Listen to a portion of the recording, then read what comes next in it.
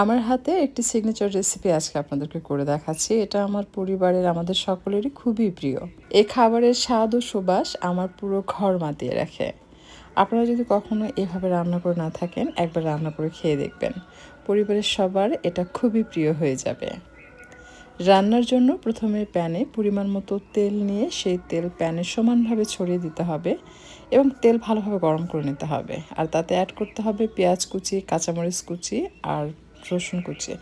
চেষ্টা করবেন পেঁয়াজ রসুন একদম চিকন করে কেটে নিতে, তাহলে রান্না করতে করতেই এটা গলে যাবে আর গ্রেভিটা বেশ মনে হবে বাটা মশলা রান্না করলে যেরকম হয় ঠিক সেরকম হবে। তা না হলে পেঁয়াজ অনেক সময় আস্ত থাকে, খেতে স্বাদ হবে, বাট যদি পেঁয়াজটা গলে যায় তখন দেখতে বেশি ভালো লাগে। সেটা আসলে একটা অন্যরকম রেসিপিটাকে ক্রিয়েট করে ফেলে আর কি।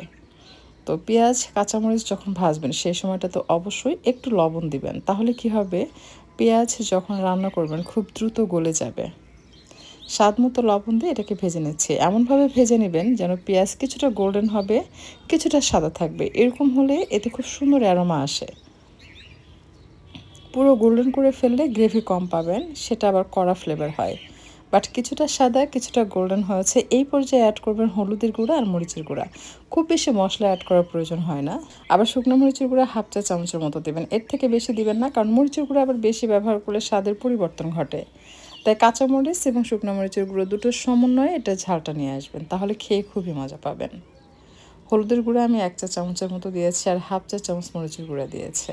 এরপর একটু সময় নিয়ে ধীরে ধীরে এটাকে ভাজতে থাকবেন। যখন দেখবেন খুব সুন্দর গোল্ডেন কালার হয়ে আসবে ঠিক এরকম, সেই পর্যায়ে অ্যাড করতে হবে চিংড়ি মাছ। চিংড়ি মাছের কোনো খোসা রাখবেন না, তাহলে খেয়ে বেশি মজা পাবেন। আমি অবশ্য চিংড়ি মাছটাকে একটু সুন্দর দেখার জন্য লেজা রেখেছি, বাট আমি বলবো আপনি যদি রান্না করেন এই সব কিছু ফেলে দিবেন, জাস্ট মাছের যে ভিতরের মাংসের অংশ সেটা নিয়ে আপনি রান্না করবেন, তাহলে এটা খেয়ে বেশি মজা পাওয়া যায়। আমি ডিটেলসে বলছি এই জন্য যে যারা নতুন রাঁধুনি তারা যেন প্রপার স্বাদ পায় এবং খাওয়ার পর যেন খুবই মজা পায়। আপনার যখনই চিংড়ি মাছ রান্না করতে ইচ্ছা করবে, ট্রাস্ট মি, আপনার কাছে বারবার এই রেসিপি আপনার মাথায় ঘুরতে থাকবে যে আচ্ছা এইটা রান্না করি, কারণ খুব সহজ আর মেহমানকে খাওয়ালে তো প্রথম নলাতেই বলবে যে ওয়াও কি মজার রান্না করেছো তুমি। আসলে একটা চিংড়ি বিভিন্নভাবে রান্না করা যায়, কিন্তু বেশি মশলা ব্যবহার করলে চিংড়ির স্বাদ নষ্ট হয়ে যায়। বাট আমি যেভাবে আজকে রান্না করে দেখাচ্ছি এইভাবে যদি আপনি রান্না করেন, ট্রাস্ট মি, এটার স্বাদ আপনি ভুলতে পারবেন না। এই পর্যায়ে সেই সিক্রেট ইনগ্রেডিয়েন্টস অ্যাড করে দিয়েছি। বলেন তো এটা কি? এটা হচ্ছে ডাবের পানি। এই ডাবের পানি দিয়ে রান্না করার কারণে এটার স্বাদ বহু গুণে বেড়ে যায়। এটার মধ্যে এক অন্যরকম টেস্ট ক্রিয়েট হয়, যেটার জন্য খেয়ে খুবই মজা পাওয়া যায়। এরপর ঢাকনা দিয়ে ঢেকে আপনি হালকা তাপে বসিয়ে রাখবেন, ধীরে ধীরে এটা সেদ্ধ হতে থাকবে।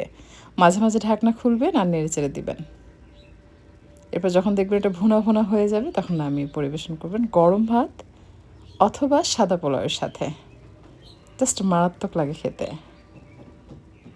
পেঁয়াজটাকে আপনি চাইলে এভাবে স্প্যাচুলার সাহায্যে গুলিয়ে নিতে পারেন।